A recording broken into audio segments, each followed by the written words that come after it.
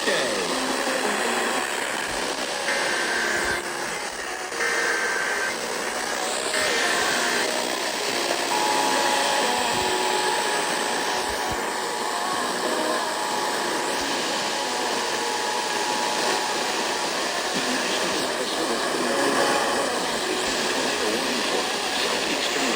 In south central Wisconsin until 5:30 p.m.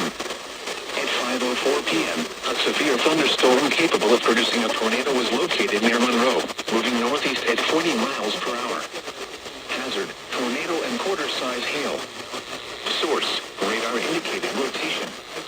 Impact, flying debris would be dangerous for those caught without shelter. Mobile homes will be damaged or destroyed. Damage to roofs, windows, and vehicles will occur.